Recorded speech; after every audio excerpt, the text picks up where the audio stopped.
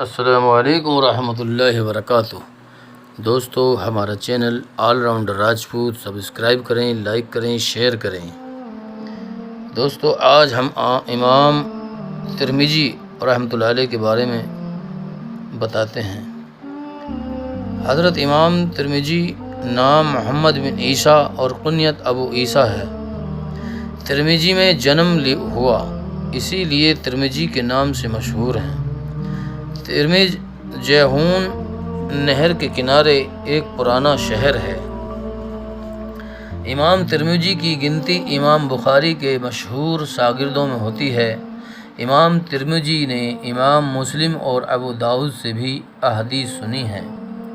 خود امام بخاری نے بھی صحیح بخاری کے علاوہ اپنی دوسری کتابوں میں ترمذی سے روایت کی ہے۔ احادیث حاصل کرنے کے لیے امامت ترمذی کوفہ، بصرہ، رے، خراسان اور حجاز میں سالوں تک گھومتے رہے۔ امام ترمذی جن محدثوں سے روایت کرتے ہیں ان میں قتیبہ بن سعید، محمود بن غیلان، محمد بن بشار، احمد بن منیع اور محمد بن مثنى اور سفیان بن وقیع خاص ہیں۔ امام ترمذی نے مسلم، ابو داؤد اور ان کے استادوں سے بھی احادیث روایت کی ہیں۔ امامت ترمذی کے شاگردوں کی تعداد بہت ہے۔ ان میں محمد بن احمد، قیسم بن قلیب خاص طور سے مشہور ہیں۔ ان کے شاگردوں میں ابو العباس احمد، محمد بن محبوب المروزی، ابو حامد بن عبد مروزی بھی شامل ہیں۔ امام ترمذی کی یادداشت کی طاقت کے بارے میں بہت سی باتیں مشہور ہیں جو احادیث سنتے سدا کے لیے یاد ہو جاتی تھی۔ جامع ترمذی ان کا مشہور اور مقبول مجموعہ ہے۔ محدثوں کی نظر میں یہ ایک اہم کتاب ہے اور اپنی دوسری خوبیوں کے لحاظ سے اسے تمام کتابوں پر اہمیت حاصل ہے۔ حضرت امام ترمذی نے اس کتاب کی ترتیب میں کچھ باتوں کو خاص طور پر اپنے سامنے رکھا ہے۔ احادیثیں نقل کرتے ہیں، صحابہ رضی اللہ عنہ اجمعین کے ناموں کا ذکر ضرور ہی کرتے ہیں تاکہ احادیثوں کی جو حیثیت بھی ہو، مشہور، متواتر، احاد و واضح ہو جائے۔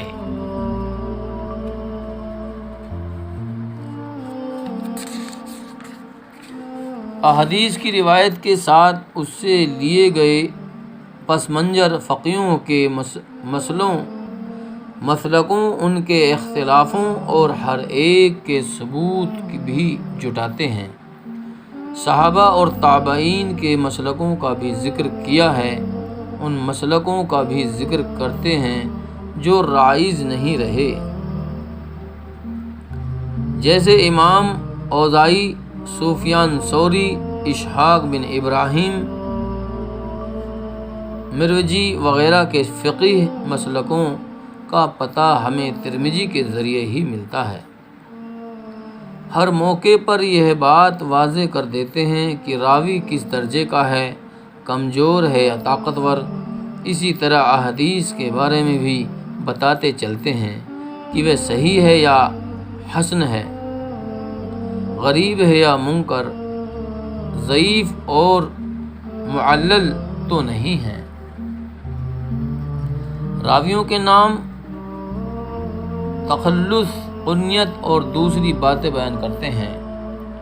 ترتیب کے لحاظ سے حسن اور نہ دہرائے جانے وغیرہ کا خاص دھیان رکھا ہے۔ امام ترمذی نے عراق والوں اور حجاز والوں دونوں ہی کے فقہی مسئلوں پر الگ الگ باب بنا کر احادیثیں پیش کی ہیں۔ ہر باب میں جتنے صحابہ کی احادیثیں ان کے سامنے تھی، ان سب کی طرف صحابہ کا نام لے کر اشارہ کر دیا۔ امام ترمذی کا بیان ہے کہ انہوں نے جامع ترمذی میں 2 احادیثوں کے علاوہ کوئی احادیث ایسی نہیں لی جس پر کسی نہ کسی کا عمل نہ ہو۔ آخر میں کتاب العلل بہترین مفید باتوں سے بھری ہوئی ہے۔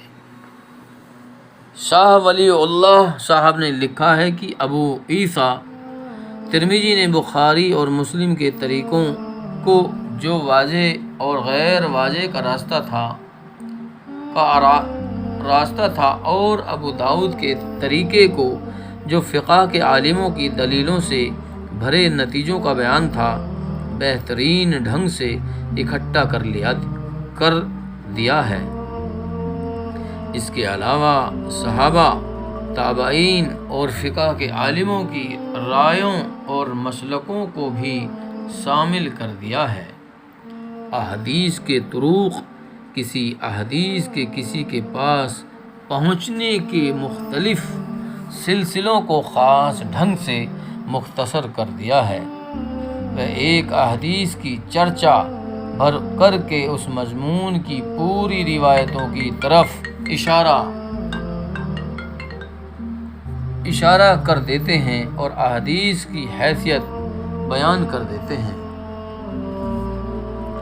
احادیث کے سلسلے میں امام ترمذی اور نبی کریم صلی اللہ علیہ وسلم کے بیچ میں کم سے کم واسطے 3 ہیں اور زیادہ سے زیادہ 10 واسطے ہیں۔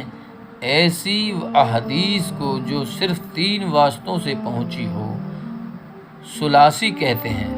جامع ترمذی میں ایک ایسی احادیث ہے جس میں 3 ہی واسطے ہیں۔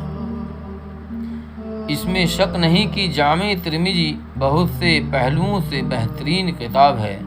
خود امام ترمذی کہتے ہیں کہ میں نے یہ کتاب عراق، حجاز اور خراسان کے عالموں کے سامنے پیش کیا۔ انہوں نے پسند کیا اور کہا، جس کسی کے گھر میں یہ کتاب ہو گویا اس گھر میں رسول ہے جو باتیں کرتا ہے۔ حضرت امام ترمذی کی ایک کتاب نبی کریم صلی اللہ علیہ وسلم کی زندگی اور حلیہ کے بارے میں بھی ہے۔ حضرت امام ترمذی بہت زیادہ اللہ سے ڈرنے والے انسان تھے۔ اللہ کا ڈر اور خوف ان پر اتنا چھایا رہتا تھا کہ وہ بہت رویا کرتے تھے، آخر میں آنکھوں کی روشنی بھی جاتی رہی۔